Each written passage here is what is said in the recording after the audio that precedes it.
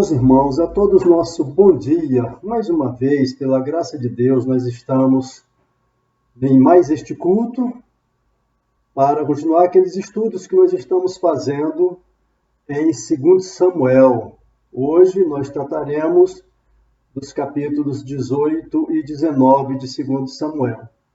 Sejam todos bem-vindos. Vamos orar agora, agradecendo a Deus por esta oportunidade maravilhosa que temos de tratar um pouco da sua palavra. Alguns relembrando, outros vendo pela primeira vez, enfim, mas todos aprendendo um pouco mais. E nós damos graças a Deus por isso. Vamos orar. Santo Deus, muito obrigado pela manhã desse dia, muito obrigado pelas tuas bênçãos sobre nós, muito obrigado porque mais uma vez temos a oportunidade de estudar um pouco mais da tua palavra. Santo Deus, vem por meio do teu Espírito Santo agir em nossos corações e mentes de forma que possamos assimilar os teus ensinamentos, que a sabedoria dos altos céus entre em nossos corações e mentes e que tenhamos êxito nos nossos afazeres. Santo Deus, agradecemos por cada pessoa que estiver vendo e ouvindo esta gravação e que tua palavra, Senhor, possa falar profundamente aos corações de todos que estiverem nos assistindo. No nome de Jesus, suplicamos e agradecemos estas bênçãos. Amém. Meus irmãos, no domingo passado, nós encerramos o estudo com o rei Davi naquele período da sua fuga, né? E o rei Davi chegando a Maanaim e se preparando para o combate contra o povo de Israel que se uniu a Absalão. Essa foi a situação deles ali naquele instante.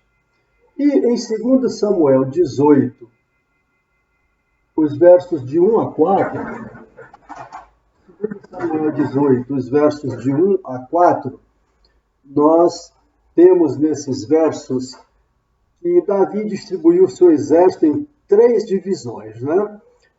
As tropas de Davi foram distribuídas sob o comando de Joabe, Abisai e Itai. Davi, meus irmãos, tinha a intenção de liderar o seu exército e combater juntamente com aquela tropa.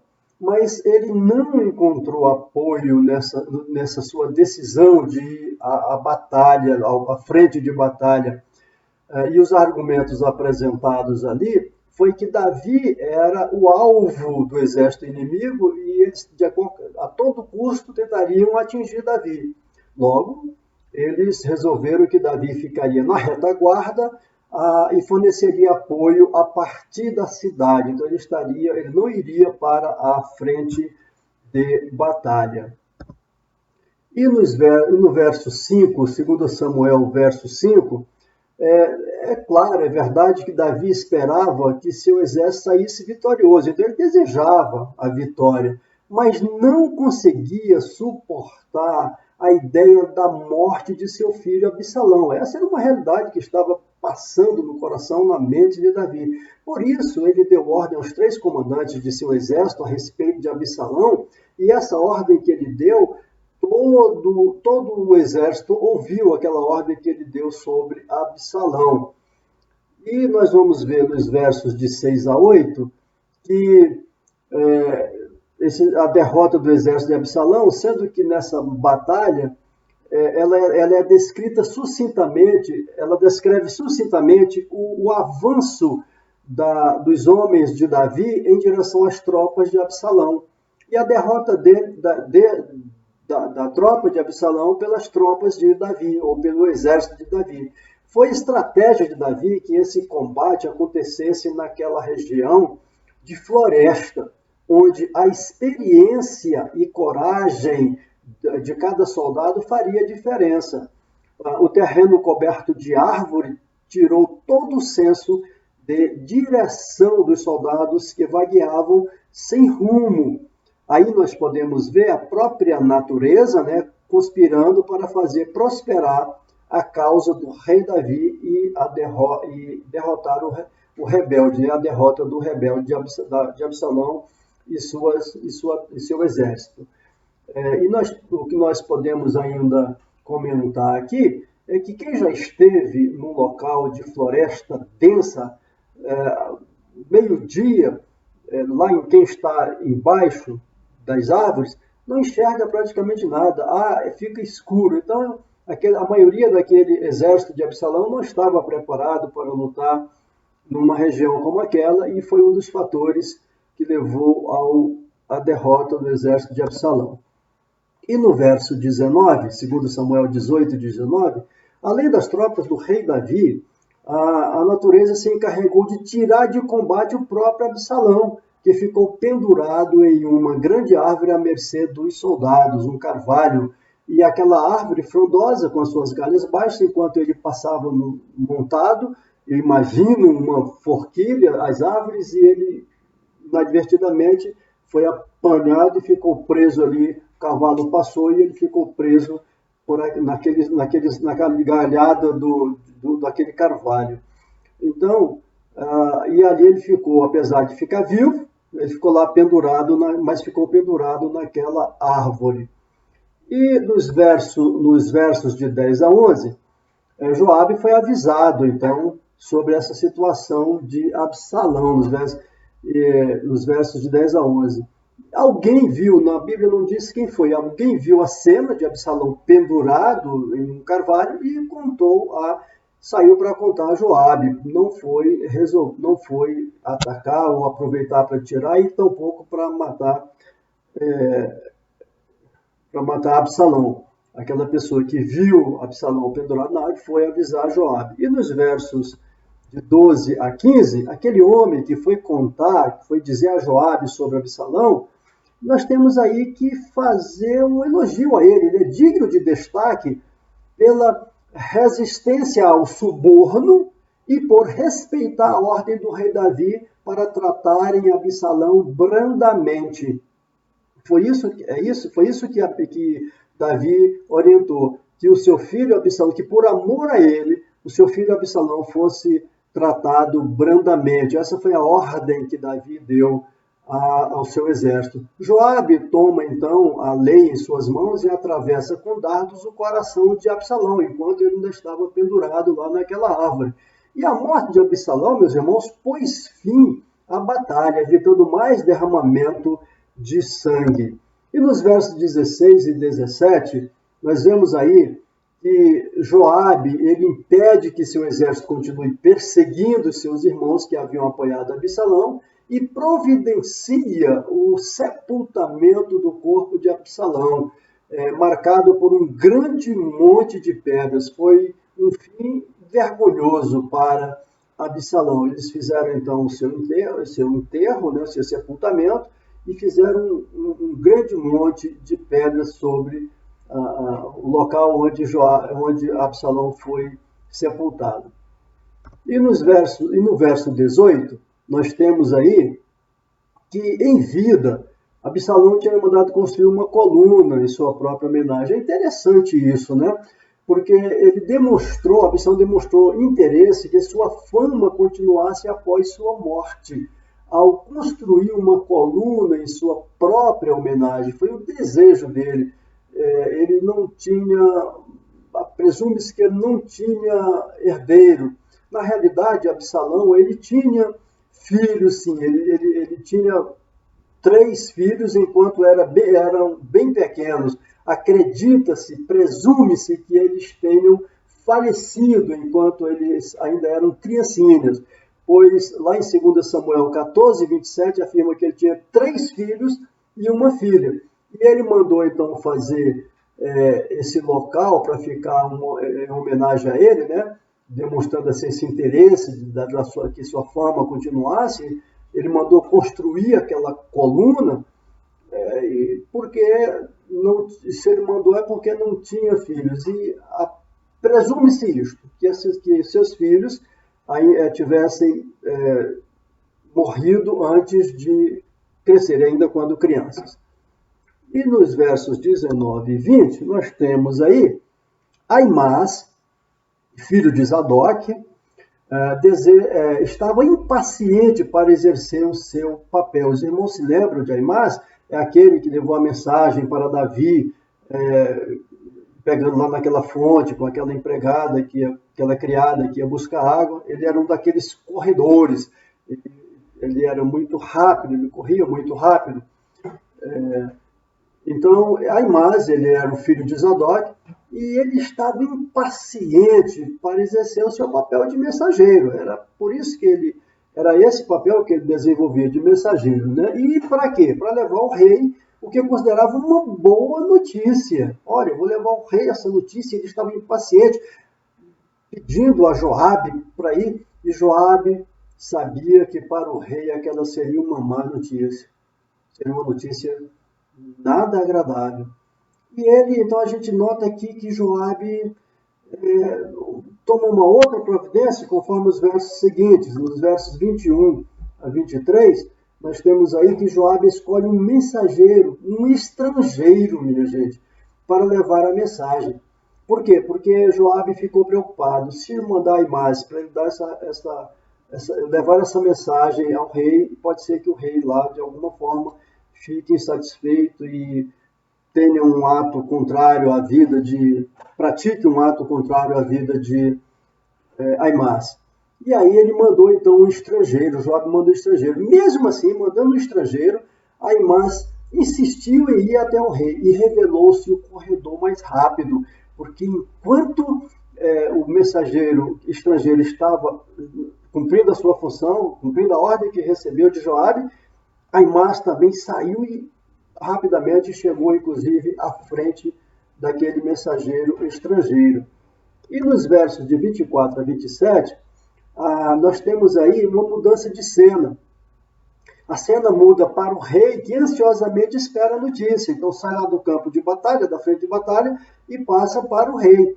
E a sentinela que estava lá, ficava lá pronta, olhando o que estava acontecendo, informou ao rei o que podia discernir. Então ele viu ao longe alguém correndo em direção aonde estava o rei, e ele ficou preocupado e olhava, e logo avisou o rei, vem um corredor que parece ser Aimás, pela forma de correr. A sentinela entendeu que era Aimás. E nos versos de 28 a 30, nós temos que ele chega e cumprimenta, ele se dirige ao rei, Aimás se dirige ao rei e diz paz. E esse paz resume a mensagem de Aimás. Ele não diz mais nada. Enquanto se prostra perante o rei e bendiz a Deus pela derrota dos inimigos do rei.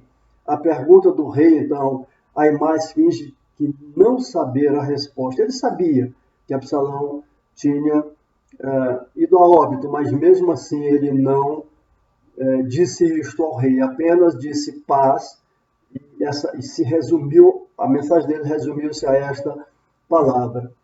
E 2 Samuel 18, de 31 a 33, aquele estrangeiro, que era um etíope, né, leva a notícia oficial ao rei, transmitindo-a com objetividade e, ao mesmo tempo, com candura. Ele não foi duro, ele não foi muito grosso na forma de informar a morte do filho, da morte de Absalão ao rei. Não, ele se refere a Absalão juntamente com todos os inimigos do rei, omitindo seu nome e evitando a palavra morto. É assim que ele se refere a Absalão ao dar a notícia a Davi.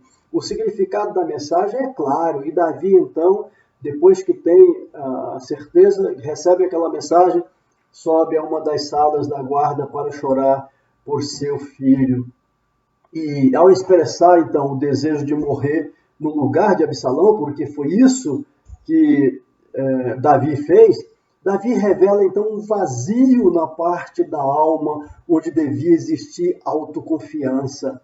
Essa é a barreira que Joabe tem de ajudar o rei a superar. Naquele instante, ele simplesmente deixa a sua tropa, ele desconsidera tudo e todos e se recolhe no local, lá na parte que era destinada à guarda, e fica ali chorando e desejando a morte em lugar de Absalão. E em 2 Samuel, capítulo 19, verifica-se aí o surgimento de um impasse. Qual é? Enquanto o rei se encontrava longe da capital, imerso em sua tristeza, o exército estava sem recompensa. Foi vitorioso, não recebeu nenhuma palavra do rei e estava sem recompensa. E o país, automaticamente, sem um líder. Faltava um líder naquele momento. Assim, Joabe desempenhou o papel de trazer o rei de volta à realidade. E Joabe foi até um tanto duro com ele. Os versos de 1 a 4, 19 de 1 a 4, Davi se isola em prantos e deixa seu exército sem qualquer palavra de apoio. Acredita-se que Joabe não ficou surpreso com a notícia de que o rei estava em prantos por causa do filho, porque o período de proximidade que Joabe teve com o rei era suficiente para ele já conhecer, para ele saber das reações de Davi. Mas, para o exército vitorioso, era difícil, muito difícil, aceitar que o rei não tivesse palavras de apreciação pela bravura deles. Nesse instante, o que eles estavam querendo era comemorar, era ter do rei o apoio e juntos comemorarem aquela vitória. No entanto, o rei estava lá em isolamento. Muito bem. E nos versos 19, de 5 a 6, 2 Samuel 19, de 5 a 6, nós temos aí, Joabe entra na casa do rei e é adequadamente rude. Adequadamente porque precisava entrar, era a função dele naquele instante, e conversar com o rei e mostrar para o rei que a vida não tinha acabado ali. Muito bem. Ele é, então, adequadamente rude, a fim de abalar Davi e levá-lo a reconhecer a atual situação, porque estava passando o exército, a nação e o próprio rei. Ele aponta 4 argumentos para mostrar que o comportamento do rei era inadequado. O primeiro argumento que Joabe apresentou foi: as pessoas que salvaram a vida do rei, de suas esposas e filhos, foram recompensados com desonra, ou seja, não tiveram a devida honra que o rei deveria ter lhes destinado. 2. Davi, em lugar de demonstrar amor pelos que o defenderam, estava demonstrando ódio. Não que estivesse demonstrando ódio com palavras, no entanto, a sua posição era de desprezo. Aquele estado em que ele se encontrava, chorando pela morte de Absalão, terminava por desprezar e de certa forma, isso era tido como uma desonra para o exército. Também, Davi, em lugar de demonstrar amor pelos que o defenderam, estava demonstrando ódio, foi o segundo. E o terceiro, Davi estava desvalorizando príncipes e servos ao ignorar o esforço para conseguirem a vitória. Então, todos estavam lutando por uma vitória, tanto príncipes quanto servos, e ele simplesmente ignorou. E, por fim, o quarto argumento foi: Davi seria capaz de sacrificar todos os seus seguidores se Absalão pudesse viver? Foi essa a pergunta que Joabe fez a Davi, trazendo a realidade, tentando causar um impacto na vida de Davi, de forma que ele enxergasse a real situação, porque estava passando toda a nação naquele instante. E no verso 7, nós temos aí o que Joabe diz o que Davi deve fazer, né? Joabe diz a Davi que ele deve fazer. Como? Devia levantar e falar ao coração dos servos. Era uma coisa que ele tinha que fazer.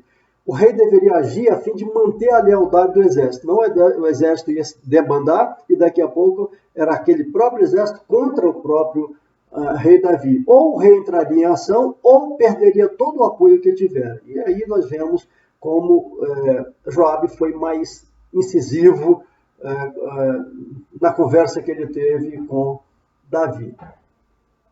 E nos versos de 8 a 10, Davi toma uma providência, né? Davi se levanta, vai e assenta-se à porta da cidade, e essa porta era exatamente onde eram realizados os negócios da cidade, e a justiça era aplicada ali naquela porta. Então Davi vai para ali, e essa atitude evitou outra crise, e os que apoiavam permaneceram leais. Então bastou esse ato de Davi para que aqueles que estavam ao seu lado permanecessem dando-lhe o apoio.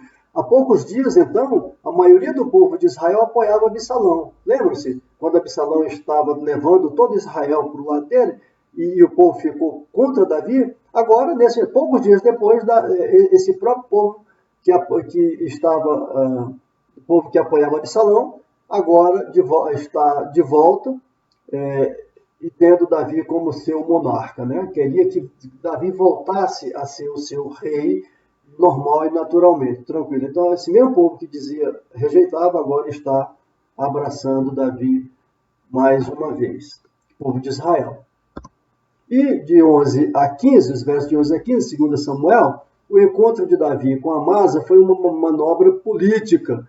E nesse instante, por quê? Porque Amasa foi o comandante do exército de Absalão. E ao fazer dele seu principal general, foi essa aí a manobra política, assegurava a fidelidade do exército rebelde.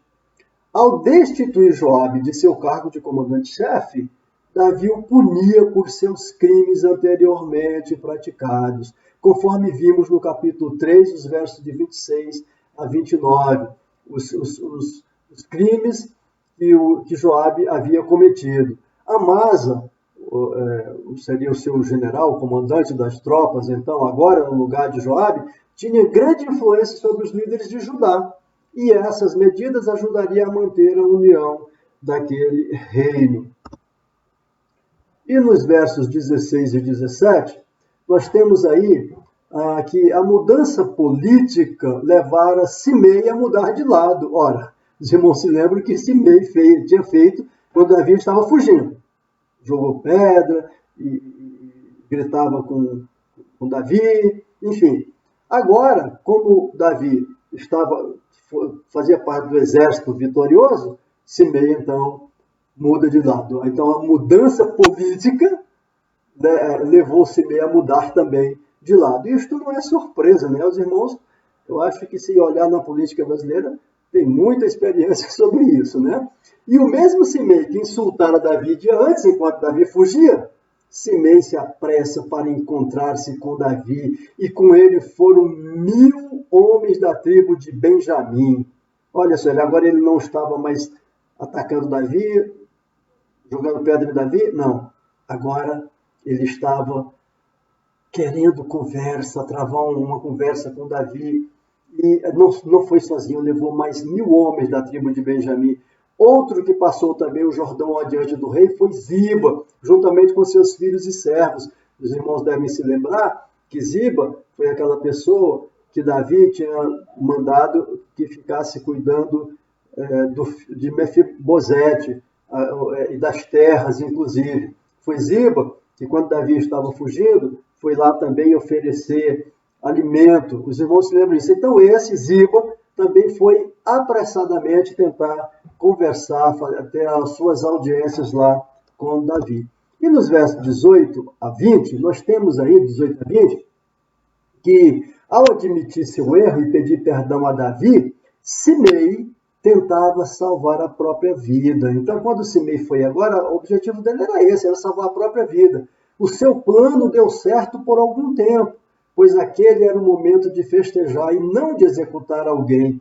Houve até quem quisesse o contrário, mas não aconteceu. E Simei, então, por um período, ele foi aceito, é como se ele tivesse recebido naquele instante o perdão do rei Davi. E nos versos de 21 a 23, nós temos aí Abisai quer que Simei seja executado imediatamente. Ele propõe isso a Davi. Por quê? Porque Abisai foi justamente aquele que também, quando o Simei jogava pedra em Davi, ele pediu para ir lá e matar Simei. E agora Simei se apresenta e pede perdão. E Davi, então, identifica Abisai como um de seus adversários e se distancia dos filhos de Zeruia. Então, nesse instante, esse pedido de Abisai, quando Simei se aproxima de Davi para pedir perdão, Abisai ele propõe, não, ele tem que morrer. E Davi diz, não, como é que vai morrer alguém hoje aqui? Agora é um momento de vida, é um momento em que todos devem prosseguir rumo aos seus destinos e não matar ninguém. E nos versos de 24 a 25, nós vemos aí, Mefibosete, filho de Jonatas, era outro que estava ansioso para acertar sua situação. Não sei se os irmãos se lembram, mas o que aconteceu? Exatamente o Abzai, ele tinha dito inverdades ao rei Davi. Ele tinha dito que Mefibosete tinha ficado em Jerusalém para ocupar o trono. Foi naquele instante em que Davi deu a ele, então, todas as terras de Mefibosete. Só que agora, quando Davi retorna a Jerusalém, Mefibosete também quer encontrar-se com ele, quer falar com Davi. Ele estava ansioso, pois como membro da casa de Davi, ele deveria ter acompanhado o rei naquela sua fuga. A aparência de Mefibosete era um indício de sua sinceridade. E aí, Davi não sabia se acreditava em Ziba ou se acreditava em Mefibosete. Mefibosete se apresenta a ele, resolveu não mais cortar o cabelo, fazia barba desde que Davi tinha saído, e quando Davi chega, ele retorna, ele vai e quer logo encontrar com Davi. Davi então ficou sem saber em quem acreditar, se é Mefibosete ou se é Abzai, que de alguma forma ajudou Davi levando a alimentação, mas contou uma história que não era verdadeira. Muito bem, e nos versos de 26 a 30, nós temos aí Mefibosete reconhece sua total dependência do rei e sugere que o rei tome as decisões quanto ao seu futuro. Ele deixa nas mãos de Davi. Davi, então, repartiu as terras que eram de Saul para Mefibosete e Ziba. Como ele tinha já dado, acreditando em Ziba, ele tinha dado as terras que eram de Saul para Ziba. Agora, e vendo a outra parte da história, Mefibosete contando a história como realmente acredita-se que tenha sido a realidade, Mefibosete, então Davi agora divide as terras. Então, vou dividir. Parte das terras fica com Ziba, parte das terras fica com Mefibosete. E em 2 Samuel 31 a 33, nós temos aí Barzilai, o gileadita, mostrou-se totalmente dedicado a Davi e usou de suas riquezas para atender às necessidades materiais de toda a casa, e do exército de Davi durante sua estada em Maanaim. Então esse Barzilai, ele deu todo o apoio, ele usou sua riqueza em favor do exército e também da casa de Davi. Davi o convidou então, devido à sua postura com Davi o convidou a tomar lugar consigo na corte em Jerusalém, deixar Maanaim para Jerusalém. A localização, e aí fala sobre Rogelim, e a observação que nós fazemos aqui é que Rogelim, essa localização de Rogelim é desconhecida. Quando você for fazer a leitura dos versos 31 a 33 aí na sua Bíblia, você vai se encontrar com esse local, só que esse local ele hoje não se sabe realmente se ele existiu, onde foi que existiu. E no verso de 34 a 40, Barzilai, que tinha sido convidado a morar no palácio, ficar sob as expensas do rei, Barzilai educadamente abre mão da honra que o rei queria lhe conceder. E, evidentemente, ele apresentou os argumentos, ele alegou a sua idade, ele já era de idade, já era também a enfermidades e o desejo de terminar seus dias em sua própria casa. A despedida ocorreu em clima amistoso. Davi reconheceu, concordou com os argumentos de Barzilai. E Barzilai, então, retornou para sua casa e o rei obteve a confirmação de que tinha um aliado firme e também leal em Gileade. Muito bem. Os versos de 41 a 43 e o capítulo 20, nós veremos um certo descontentamento em Israel. É o que nós veremos no estudo da próxima lição, no próximo capítulo, vendo os últimos versos do capítulo 19, 41 a 43, e também o capítulo 20, se Deus assim nos permitir. Vamos, então, à oração final desta manhã. Gratos por mais essa oportunidade de entendermos um pouco da palavra de Deus. Oremos. Bendito Deus, nosso Pai, fizemos a explanação de mais 2 capítulos da Tua Palavra e nós queremos a compreensão dos altos céus. Pai de amor, te agradecemos por estes momentos aqui. Queremos, Pai amado, que o Teu Espírito Santo continue agindo em nós, que haja alegria, que haja felicidade em cada um de nós que estivermos vendo e assistindo a esta mensagem, que Tu estejas direcionando cada um, que haja aquele desejo de união, que haja aquele desejo de paz entre todos nós e nossos irmãos e amigos, que possamos, Santo Deus, movidos pelo Teu Espírito, mudar este mundo ao nosso redor, transmitindo paz, transmitindo alegria, transmitindo, Senhor, a sinceridade dos altos céus, sinceridade que está em nossos corações, por ação do Teu Espírito Santo. Ouve-nos mais uma vez, Pai, nós suplicamos estas bênçãos e pedimos um restante de dia sob Tua graça e direção. No nome de Jesus. Amém.